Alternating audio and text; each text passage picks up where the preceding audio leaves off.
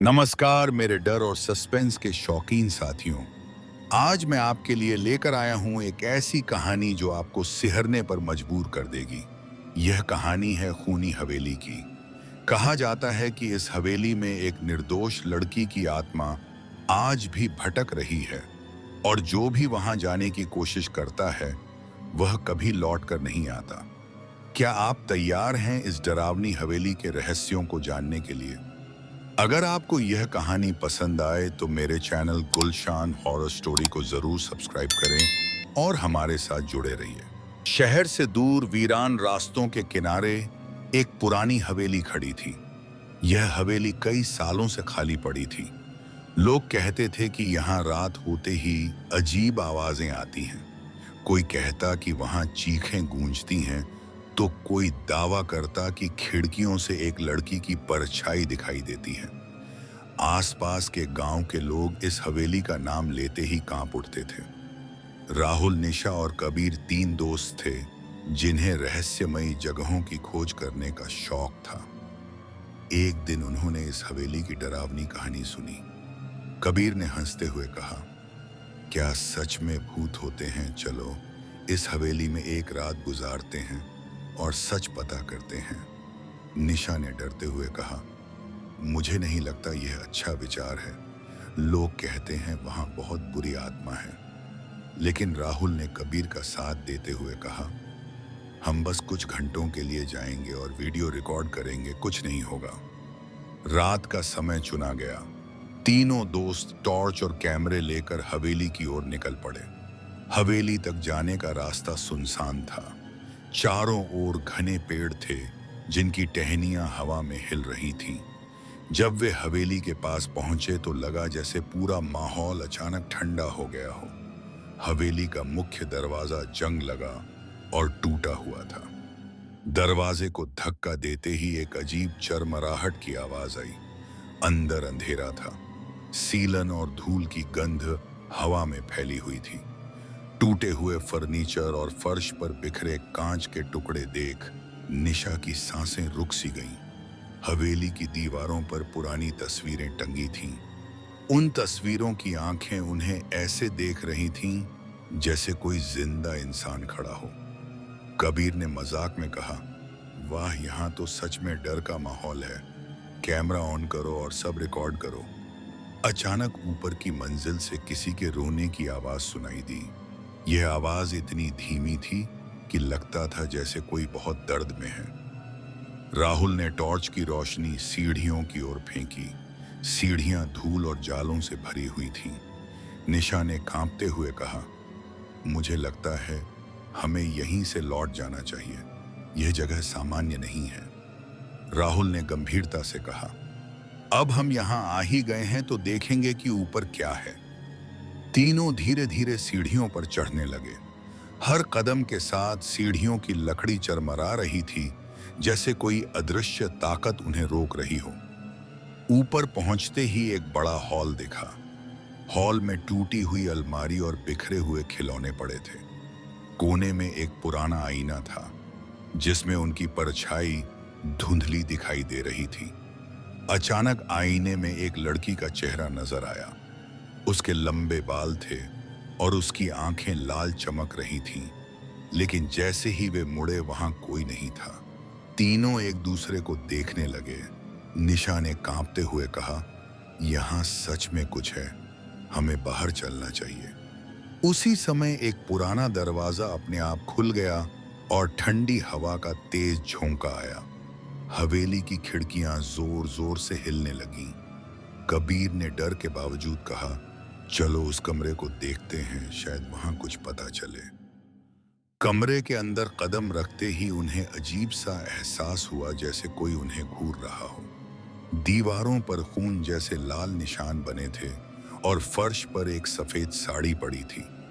निशा ने धीरे से कहा, यह साड़ी शायद उसी लड़की की है जिसकी यहाँ हत्या हुई थी।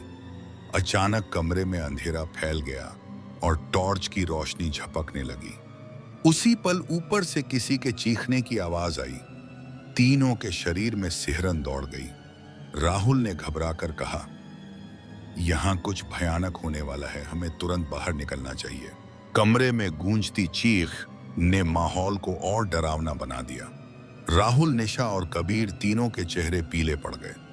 ठंडी हवा के तेज झोंके से कमरे का दरवाजा जोर से बंद हो गया। अब वे कमरे के अंदर फंस चुके थे। टॉर्च की रोशनी लगातार झपक रही थी और कभी कभी पूरी तरह बंद हो जाती थी। कबीर ने कांपती आवाज में कहा, हमें यहां से निकलना होगा, नहीं तो हम भी इस हवेली के शिकार बन जाएंगे। राहुल ने दीवार पर जोर से धक्का दिया, लेकिन दीवारें इतनी ठंडी और कठोर लग रही थीं कि कोई असर नहीं हुआ। निशा ने डर से फुसफुसाते हुए कहा, यह हवेली जीवित सी लग रही है, जैसे यह हमें बाहर नहीं जाने देगी। तभी अचानक सफेद साड़ी जो फर्श पर पड़ी थी वह ही हवा में उठने लगी। धीरे धीरे उसके बीच से एक महिला की भूतिया आकृति बनने लगी। उसके चेहरे पर गहरा काला धुआं सा लिपटा था और उसकी आंखें लाल जल रही थीं। उसने चीखते हुए कहा, तुमने मेरी नींद भंग की है, अब तुम सब यहीं मरोगे। निशा चीख पड़ी और पीछे हट गई। राहुल ने हिम्मत करते हुए पूछा, तुम कौन हो और क्यों हमें नुकसान पहुंचाना चाहती हो? महिला की आत्मा धीरे धीरे उनकी ओर बढ़ी और ठंडी हवा का झोंका पूरे कमरे में फैल गया। उसने कहा, मैं इस हवेली की मालकिन थी। मेरे अपने ही पति ने मेरे प्रेम और विश्वास को धोखा दिया और मुझे इसी हवेली में जिंदा जला दिया। मेरी चीखें आज भी इन दीवारों में कैद हैं। महिला की आवाज सुनकर तीनों का दिल कांप उठा। कबीर ने धीरे से कहा, अगर हम तुम्हें शांति दिला दें तो क्या तुम हमें जाने दोगी? भूतनी ने ठंडी हंसी हंसते हुए कहा, शांति चाहते हो तो पहले मेरा दर्द समझो। मेरे साथ जो हुआ वही तुम्हारे साथ होगा। अचानक कमरे की फर्श में दरारें पड़ने लगीं और काला धुआं बाहर आने लगा।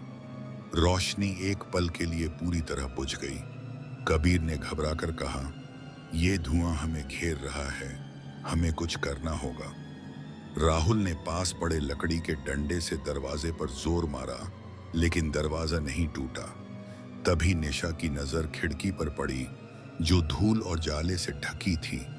उसने जोर से पत्थर उठाया और खिड़की पर मारा। शीशा टूटने की आवाज गूंजी और कमरे में ताजी हवा का झोंका आया। भूतनी जोर से चीखी, तुम मुझसे बच नहीं सकते, यह हवेली तुम्हें निगल जाएगी। तीनों किसी तरह खिड़की से बाहर कूदे। बाहर का माहौल और डरावना लग रहा था। हवेली की खिड़कियों से लाल रोशनी निकल रही थी और ठंडी हवाएं चारों तरफ घूम रही थीं। दूर से फिर वही महिला की चीख सुनाई दी। निशा ने रोते हुए कहा, अब हमें यहां से भाग जाना चाहिए। राहुल ने गहरी सांस लेकर कहा, नहीं, अगर हम ऐसे भागे तो ये आत्मा हमारा पीछा करेगी। हमें इसका रहस्य सुलझाना ही होगा। उन्होंने तय किया कि हवेली के पीछे बने पुराने तहखाने में जाएंगे, जिसके बारे में सुना था कि वही इस आत्मा की मौत की असली वजह है। उन्होंने डरते डरते हवेली के पिछले हिस्से की ओर कदम बढ़ाए। हर कदम के साथ लगता था कि कोई उनके पीछे चल रहा है। तहखाने का दरवाजा आधा खुला था। दरवाजे से अंधेरा और सड़ांध की गंध आ रही थी।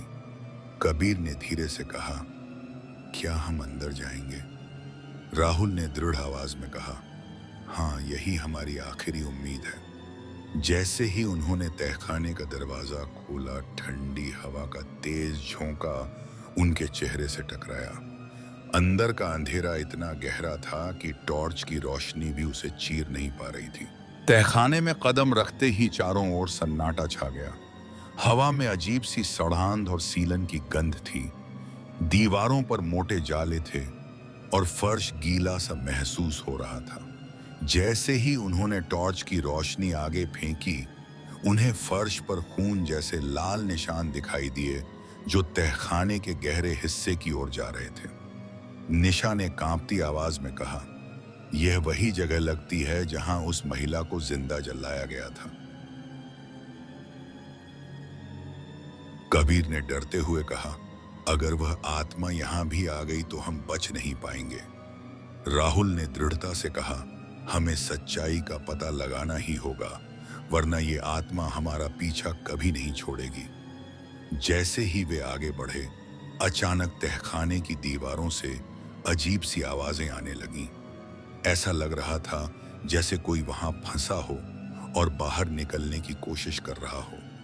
अचानक उनके सामने उस भूतिया महिला की आकृति प्रकट हो गई। उसके चेहरे पर गुस्सा और दर्द दोनों नजर आ रहे थे।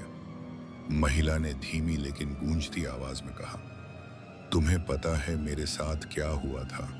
मेरे पति ने मुझे धोखा दिया और इस तहखाने में जिंदा जला दिया। अब तक मेरी आत्मा को शांति नहीं मिली है। राहुल ने हिम्मत जुटाकर कहा, तुम्हें शांति कैसे मिलेगी, हमें बताओ, हम वही करेंगे। महिला की आंखें चमकी और उसने कहा, इस तहखाने में मेरे पति की बुरी आत्मा अब भी कैद है। उसे जलाओ, तभी मैं मुक्त हो पाऊंगी। तभी तहखाने के अंधेरे कोने से काला धुआं निकलने लगा और एक विकृत आकृति सामने आई। यह एक भयानक चेहरा था जिसकी आंखें आग की तरह जल रही थीं। वह आकृति चीखते हुए बोली, तुम यहां नहीं आ सकते, यह जगह मेरी है। कबीर ने डर के मारे पीछे हटते हुए कहा, राहुल कुछ करो, नहीं तो हम मारे जाएंगे। राहुल ने पास पड़ी एक लकड़ी उठाई और उसे टॉर्च की गर्म रोशनी से जलाने की कोशिश की। जैसे ही आग जली, उसने उस काले साये पर वार किया। काला साया चीखता हुआ पीछे हट गया और पूरे तहखाने में तेज हवा का तूफान सा चलने लगा। महिला की आत्मा ने धीरे से कहा, अब मेरी राख को गंगा में बहा दो, तभी यह श्राप खत्म होगा। तीनों ने तहखाने के एक कोने में पड़ी राख को इकट्ठा किया। जैसे ही वे राख लेकर तहखाने से बाहर निकले, हवेली की खिड़कियों से लाल रोशनी और तेज हो गई और हवेली जोर जोर से हिलने लगी। वे किसी तरह बाहर निकले और पूरी रात भागते रहे। सुबह होते ही वे गंगा के किनारे पहुंचे और राख को बहा दिया। जैसे ही राख पानी में डूबी, आकाश में तेज रोशनी फैल गई और हवेली की डरावनी गूंज अचानक शांत हो गई। निशा ने राहत की सांस लेते हुए कहा, शायद अब वह आत्मा मुक्त हो गई है। लेकिन जब वे लौटने लगे तो हवेली की टूटी खिड़कियों में से वही लाल आंखें फिर से चमकी।